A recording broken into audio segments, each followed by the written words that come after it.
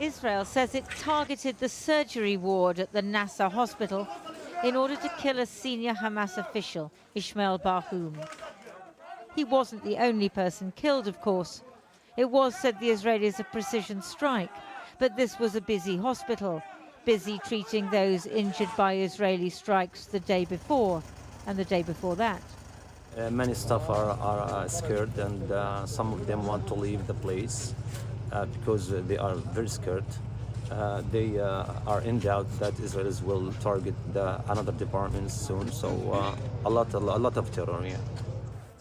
Attacking a hospital is a war crime, unless it's being used for military purposes, for example, as a firing position.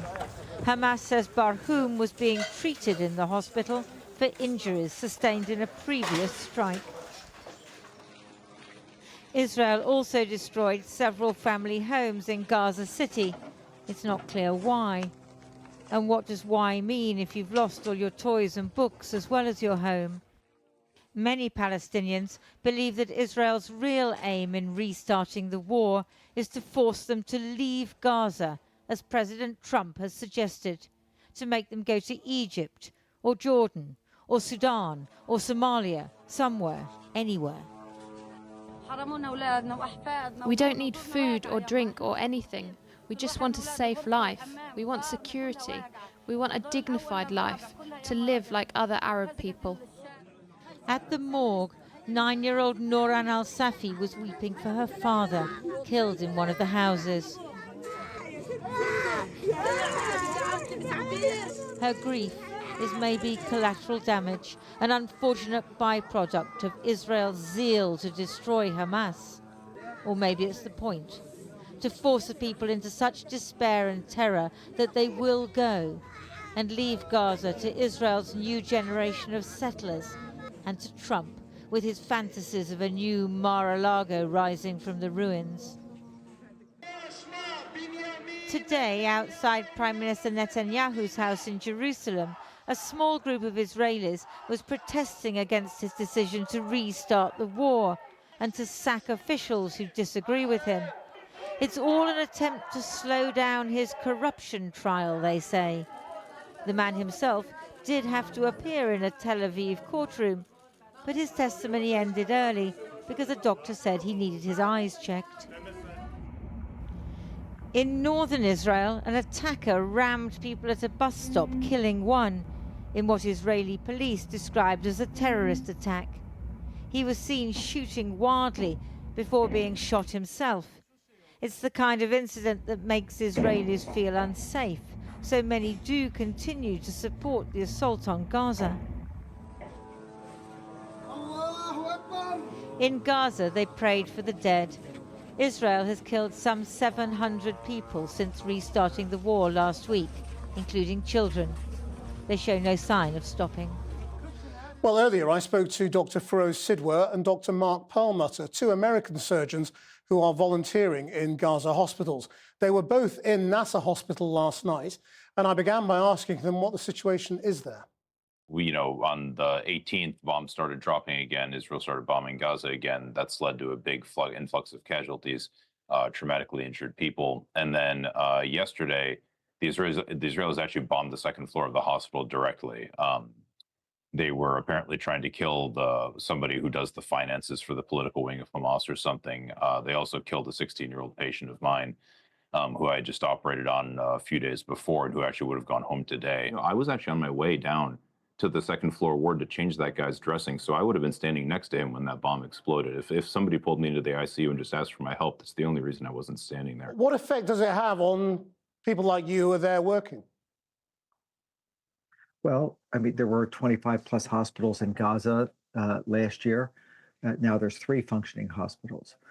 All the healthcare workers, and why you see so much commotion behind us is there were less than a dozen here yesterday. Israel commanded all the healthcare workers in the north above the corridor to come south, and so they were all evacuated. So there's no foreign healthcare services available in the north now. So, and we anticipate they'll be evacuated from Al-Aqsa, where I just came from soon. But that pales in comparison to to the re-implementation of the blockade of medical supplies. Al-Aqsa is almost a functionless hospital. And that and the remaining small hospital in the north received as many casualties on the 18th bombing as this hospital did. Well, what were you missing at Aqsa? We were missing soap. I would wash my hands in tap water before surgery. We would wash the patient in tap water before surgery. And even when we had betadine, the infection rate is insane. But because the conditions are so hard. But we really have a paucity of supplies that would make any surgery safe. We were sewing people together with sutures that expired in 2017. Yeah, we are too here. So now that they have bombed the hospital in this latest round, I mean, are you treating people wondering when the next missile is going to hit? Always. We came here with the intent of doing reconstructive surgery to fix the problems that a year's worth of annihilation by your and my country's bombs had done to this population. That turned around quickly last Tuesday with the severe bombing. It was mass casualty events that Feroz can address better than I. Mass casualty events started all over again, just like last year. Now, before the bombing before the resumption of widespread bombing on the 18th, we were mostly, like Mark said, we were trying to make up for the past 15 months of injuries that needed some reconstructive work, and also just catching up on medical problems. I have colon cancer, I have gallbladder disease, whatever, but it obviously wasn't able to get taken care of for so long because of the displacement and the war and the starvation, the whole thing. But now they're back. We're back in mass casualty mode again. You know, I looked at the numbers the other day just because I was a resident during a surgical resident during the Boston Marathon bombing. The Nasser Medical Complex, just this one hospital that we're at, that has about 450 beds, has about 6 surgeons, and has 3 internationals volunteering here right now. We saw the same number of patients as the entire city of Boston saw on the day of the marathon bombing. We performed about 20, I think it was 20 or 25 operations. And furthermore, half of them were in kids. That was not the case in Boston. It's way harder to operate on children than it is on adults. So the claim that the hospital is being used by Hamas, I mean, you're there, you know, are they there? Are they using the hospital as a base? No, I have gone literally everywhere at any time that I like. Every door is open and locked. I've been in every building. This is a 3-building complex. I've been in every building, on literally in every room and every floor. First of all, again, like you know, you can see here, it's impossible to be by yourself in a room in the Gaza Strip anywhere, let alone in this hospital. There's no way to keep secrets here. There's no way to do. There's no way to hide anything like that.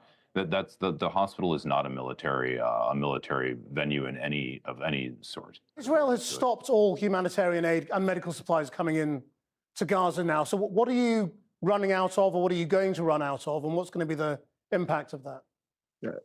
Everything. We have to. I fixed an elbow fracture on a kid tonight, and instead of using pins or plates and screws, I used drill bits as pins. The device that we use to make the holes in bone so we can put a screw, all I had were drill bits, and we left drill bits in him. We literally don't have enough standard run-of-the-mill orthopedic equipment that I would have used in 1960 to repair fractures adequately. We still have some sterilization equipment. They couldn't give my child antibiotics today for his surgery. Really? Right. Oh. Can you estimate how long the hospital can keep functioning?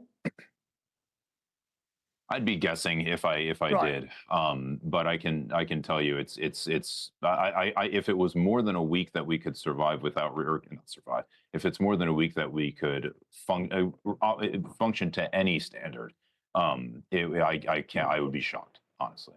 Thank you both very much indeed. Thanks for your time. Thank you.